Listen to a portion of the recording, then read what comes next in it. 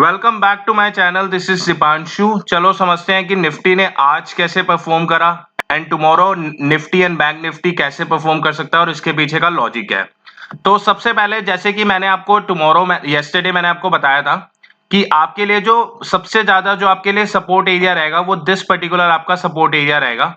अगर इस support area को ब्रेक करता है तो आपको यहाँ पे एक शॉर्ट पोजीशन क्रिएट होने के लिए आपको रेडी होना है। बट मैंने आपको जैसे ही बताया था कि जैसे ही सपोर्ट एरिया ब्रेक होता है उस पर्टिकुलर एरिया पे आपको डायरेक्ट आपको एंट्री नहीं लेनी है।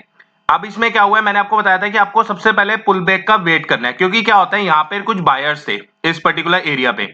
अब बायर्स का जैसे यहाँ पे सपोर्ट एरिया जहाँ पे ब्रेक हुआ तो इनके यहाँ पे स्टॉप लॉस हिट हुए।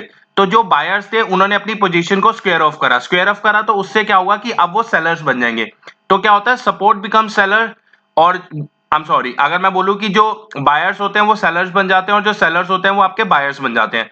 तो जैसे ही क्या हुआ है कि इस पर्टिकुलर सपोर्ट एरिया को ब्रेक करा है और इस पर्टिकुलर एरिया का जो आपका डिमांड जोन था इस पे जैसी कैंडल ने टच करा उसके बाद देखो आपको यहाँ पे एक नेगेटिव कैंडल मिली है। तो मैंने आपको बताया था कि आपको नेगेटिव कैंडल का वेट करना है और जैसी नेगेटिव कैंडल बनेगी तो आप अपने उसमें आराम से एक शॉर्ट पोजीशन क्रिएट करने के लिए आप रेडी हो सकते हो।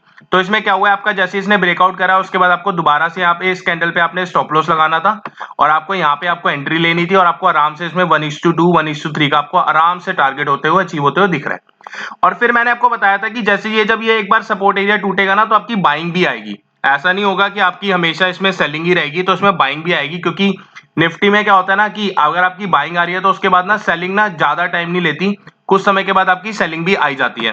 तो इस सिनेरियो पे ना आपको क्या करना चाहिए वो आपके लिए बहुत इंपॉर्टेंट हो जाता है। अगर आप इस पर्टिकुलर एरिया को देखोगे ना, अगर मैं इस पर्टिकुलर एरिया की बात करूं, यहाँ पे आपके ना बायर्स एक्टिव हुए। देखो सबसे पहले आपकी बायर्स ने एक्टिवेशन करा, दोबारा से बायर एक्टिव। मैंने आपको हमेशा बताया कि अगर फॉर एग्जांपल अगर आपकी कोई सेलिंग हो रही है उसमें अगर बायर्स आते हैं तो आपको फर्स्ट टाइम पे कभी भी अटेम्प्ट नहीं करना, अनलेस कि अगर आपका यहाँ पे कोई अगर आपकी बाइंग एंट्री हुई हो इस पर्टिकुलर एरिया पे, तब आपको सेकंड कैंडल पे भी आप एंट्री कर सकते हो। फॉर एग्जांपल जैसे आपकी यहाँ पे मैंने बताया कि यहाँ पे आपकी सेलिंग हुई, फिर आपके बायर्स आए, फिर दोबारा से सेलिंग हुई और फिर अगर आपके बायर्स आते हैं, अगर यहां पर आपका सपोर्ट एरिया है कहीं पर तो तब तो आप सेकंड कैंडल में आप एंट्री ले सकते हो सेकंड अटेम्प्ट में। फर्स्ट अटेम्प्ट पे तो आपको कभी एंट्री लेनी नहीं है।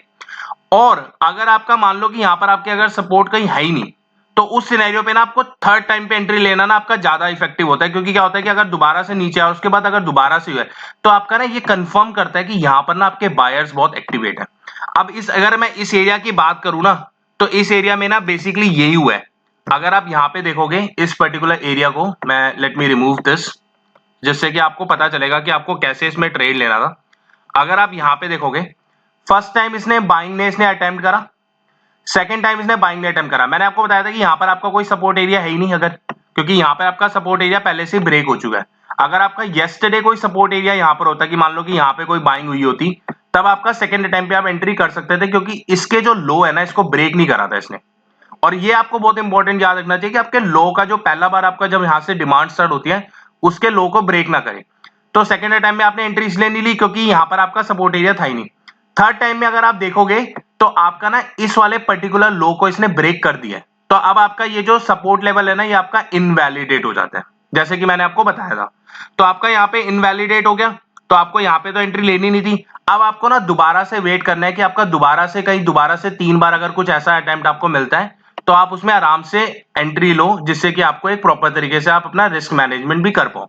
तो आप देखोगे ना दोबारा से यहां पर आपकी क्या हुआ है, यहां पर आपकी बाइंग हुई फर्स्ट टाइम, सेकंड टाइम आपकी दोबारा से बाइंग हुई, थर्ड टाइम आपकी दोबारा से बाइंग हुई। अब मैंने आपको बताया था कि अगर आपका यहाँ पे सपोर्ट एरिया नहीं है तो आपको थर्ड टाइम का वेट करना है। तो आपने थर्ड टाइम का वेट करा क्योंकि आपका यहाँ पे कोई सपोर्ट एरिया था ही नहीं, और अगर आपने थर्ड टाइम पे एंट्री ली होती तो आपका ये स्टॉप लॉस था, ये आपका एंट्री था और आपको आराम से 1:2 1:3 का आपको टारगेट है। और मैंने आपको बताया था कि जो जहां से पर्टिकुलर सपोर्ट आपके सेलर बने, जो बायर्स से आपके सेलर बने, देखोगे अगर आप देखोगे तो यहाँ पे आपके जो पहले बायर्स थे इस पर्टिकुलर एरिया में, यहाँ पे अब आपके सेलर बन गए। और क्या हुआ है, यहाँ पर आपका टच किया है, इसी पर्टिकुलर एरिया के आसपास से ना दोबारा से यहाँ पे शार्प सेलिंग होती हुई दिखी है। तो आपके लिए ना ये आपका जो एरिया है ये बहुत ज्यादा इंपॉर्टेंट फैक्टर हो जाता है, क्योंकि यहाँ पर आपके बायर्स सेलर्स बन रहे हैं, सेलर्स आपके बायर बन रहे हैं और आपका यहाँ पे एक पर्टिकुलर डिमांड जोन एरिया भी है। तो आपको ना इन एरिया का बहुत आपको ध्यान रखना पड़ता है। आप समझते हैं कि निफ्टी में टुमारो आप कैसे ट्रेड लोगे और आपको उसके पीछे क्या आपका लॉजिक है और उसके पीछे आपको कैसे इसमें ट्रेड लेना चाहिए। तो सबसे पहले let me go ahead and just let me take to this level और मैं आपका ये रिमूव कर देता हूँ। अब देखो, सबसे पहले ना आपको ना इसमें डिमांड जोन एरिया मार्क करने हैं कि आपका जो डिमांड जोन एरिया है ना वो कहाँ पर है। देखो, अगर आपका डिमांड देखोगे ना तो यहाँ पर एक पर्टिकुलर आपका डिमांड जोन एरिया है, और अगर मैं आपकी सेलिंग के लिए बात करूँ ना कि आपके लिए जो रेजिस्टेंस एरिया है वो आपका कहाँ पर है, तो अगर मैं रेजिस्टेंस एरिया भी मार्क करूँ तो आपका सबसे पहला जो रेजिस्टेंस एरिया वो ये रेजिस्टेंस एरिया है। और अगर मैं दोबारा अगर रेजिस्टेंस एरिया की बात करूं तो आपके लिए जो रेजिस्टेंस एरिया ना वो this particular that would be your resistance area.